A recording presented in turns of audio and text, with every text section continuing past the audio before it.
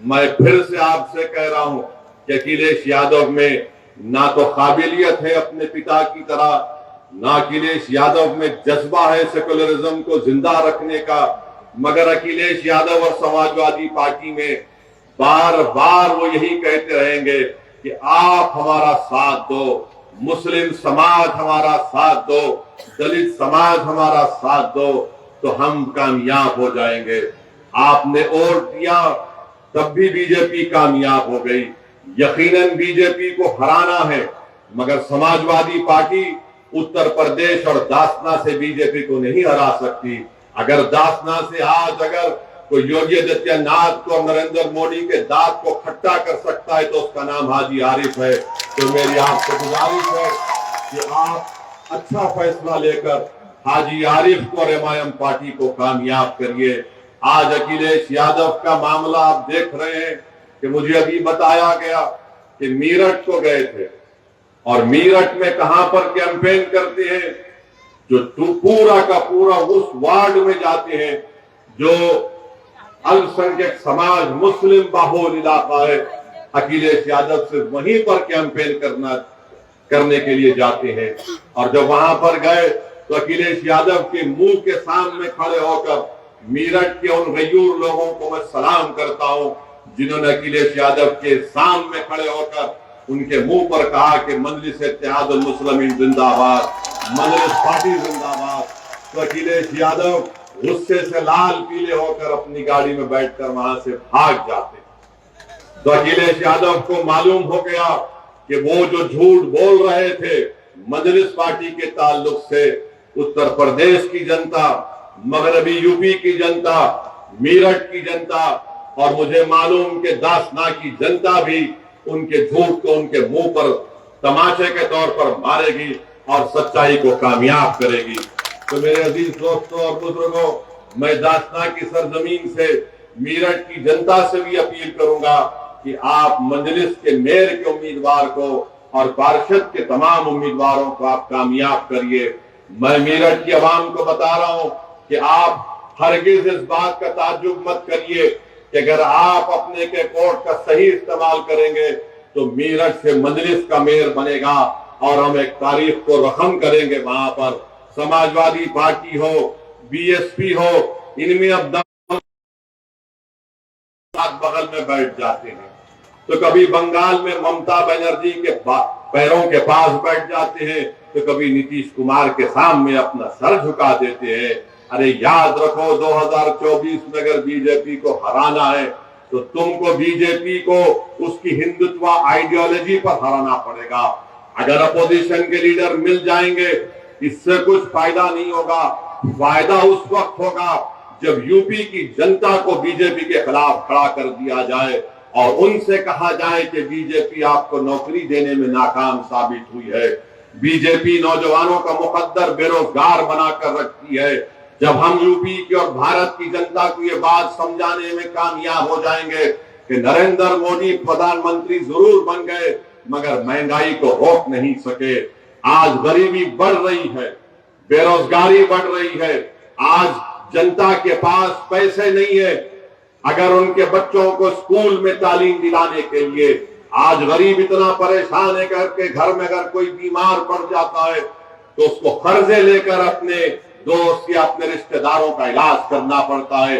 ये सब के सब जिम्मेदार बीजेपी के प्रधानमंत्री, देश के प्रधानमंत्री और उत्तर प्रदेश के मुख्यमंत्री का मामला रहा है। आज अब उत्तर प्रदेश के मुख्यमंत्री से पूछिए कि आपने उत्तर प्रदेश में क्या विकास किया, तो बोलेंगे मैंने बुलडोजर मासूम लोगों के घर पर चढ़ा दिए। उनसे आप पूछिए कि तुमने कौन सा विकास किया, तो बोलेंगे मैंने माफिया को खत्म कर दिया। अरे माफिया को कहां खत्म हो रहा है? अरे ये तो बताओ कि आपके बीजेपी में कितने ऐसे माफिया नेता बैठे हैं, उन पर फूल बरसाए जा रहे हैं, उनको आप अपनी सत्ता में रहकर अपनी छत्र छाया में उनकी हिफाजत कर रहे हैं और जो कोर्ट से मुलजिम करार दिया जाता, जिसके हाथ में जंजीरें होती है, तो पुलिस की मौजूदगी में उनके लोग आकर उनके सर पर गोलियां चलाकर उनकी हत्या करके चली जाती है और मुख्यमंत्री बोलते हैं कि मैंने माफिया को मार दिया।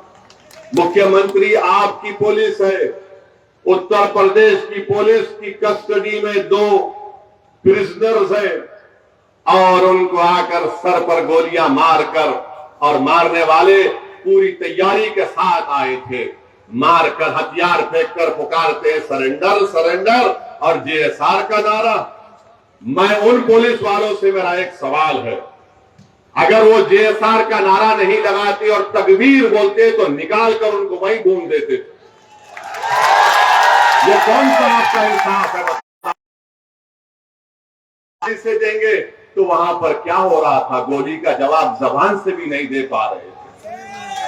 आपकी कस्टडी में किसी की हत्या हो जाती, छोड़ दिए थोड़ी देर के लिए, उन मुल्जिमिन का नाम अतीक और अशरफ था, मगर आपकी कस्टडी में थे, आपने उनको नहीं बचा पाए और आप बड़े बड़े बुलंद दावे कर रहे हैं हम ऐसा कर देंगे।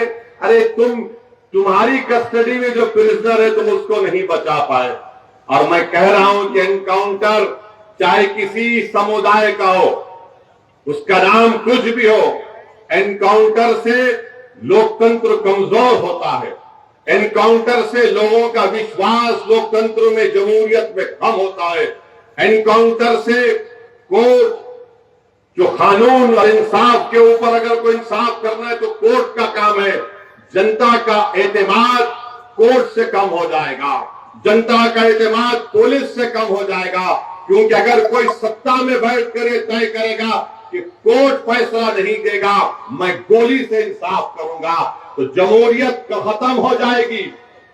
लोकतंत्र को अगर मजबूत करना है तो गोली से नहीं, कोर्ट से इंसाफ करना चाहिए। आखिर वो कौन लोग हैं? मैं फिर से पूछ रहा हूं उत्तर प्रदेश के मुख्यमंत्री से कि जिन लोगों ने इलाहाबाद की सरजमीन पर उन दोनों को गोली मारी, आखिर वो कौन लोग हैं कि उनके एक जो जिसने गोली मारी उसके घर पर झोपड़ी में रहती है उसकी मां, आखिर कैसे उसके पास 8-8 लाख के 2 वेपन आए, 16 लाख के? क्या इनको पैसा पाकिस्तान से आया? योगी आदित्यनाथ बताओ हमको, क्या आईएसआई ने उनको पैसा दिया था?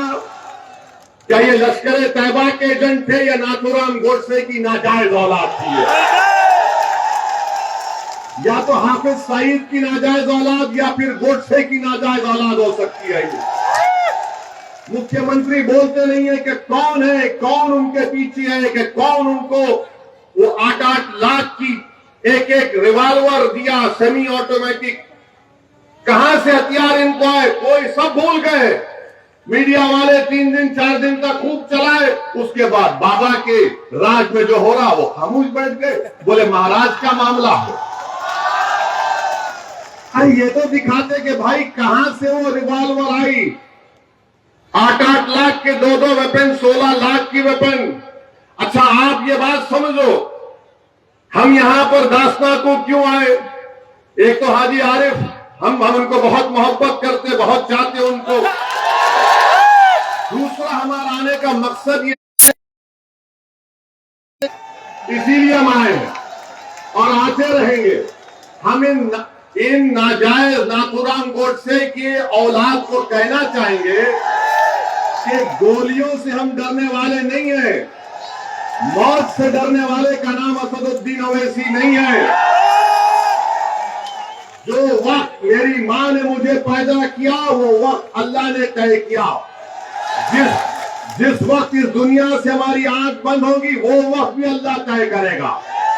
और अगर अल्लाह हमारी जिंदगी में शहादत लिखा है तो अल्लाह का लाख लाख शुक्र कि हम मौत अगर जिंदगी में आ जाए और शहीद बन के जाएंगे तो इससे बढ़ के इनाम इस गुनाहगार को क्या मिल सकता है।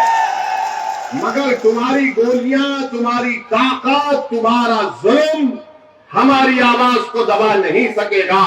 हम जालिम को जालिम बोलेंगे और तुम्हारी गोलियों का जवाब हम सीना तान कर मुकाबला करेंगे, मगर अपने सरों को नहीं झुकाएंगे। तो मेरे अजीज दोस्तों और बुजुर्गों, आपसे यही इल्तिजा गुजारिश है कि आप अपने वोट का सही इस्तेमाल करिए। आप खुद अपने दिल पर हाथ रखकर बताइए कि अगर हाजी आरिफ चेयरमैन होगा, हमारी बहन चेयरमैन बनेगी इंशाअल्लाह, तो आप बिला झिझक इनको चेयरमैन के तौर पर नहीं देखेंगे, बल्कि अपने भाई के तौर पर, अपना रहबर के तौर पर, एक मदद करने वाले के तौर पर आप देखेंगे। वो गलती मत करिए जो आपने विधानसभा के चुनाव में की थी और आपने समझा कि अखिलेश भैया भाजपा को हराएंगे। अखिलेश भैया नहीं कर सकते। वो बेचारे गम के पैंडल साइकिल पर मार रहे हैं, गम के पैंडल साइकिल पर मार रहे हैं। उस साइकिल के टायरों में एक नहीं 3-3 पंक्चर हाजी आरिफ कर चुके हैं। तो आपसे अपील है कि पतंग के निशान पर बटन दबाइए। और अल्हम्दुलिल्लाह अभी हाजी आरिफ साहब ने जिक्र किया कि उन्होंने कई डेवलपमेंट के, तरक्की के, विकास के काम करवाए। आप ये देखते हैं कि उन्होंने अभी कहा कि क्लीनलीनेस में, स्वच्छता में पूरे उत्तर प्रदेश में सबसे पहला नंबर दासना को मिला है। अब बताओ योगी आदित्यनाथ इसका भी जिक्र कर देते, ये भी बोल देते, मगर अल्फाज हाजी तो छोड़ो, आरिफ भी नहीं निकलेगा। दासना तो निकलना चाहिए था, बोलना चाहिए था कि देखो दासना ने वो काम किया, मगर नहीं बोल सकते। फिर आप अभी हाजी आरिफ ने बताया कि यहां पर महिलाओं के लिए उन्होंने ई रिक्शा की फ्री सर्विस को रखा है। मैं अल्लाह से दुआ करता हूं कि अल्लाह इनसे और खैर का काम ले।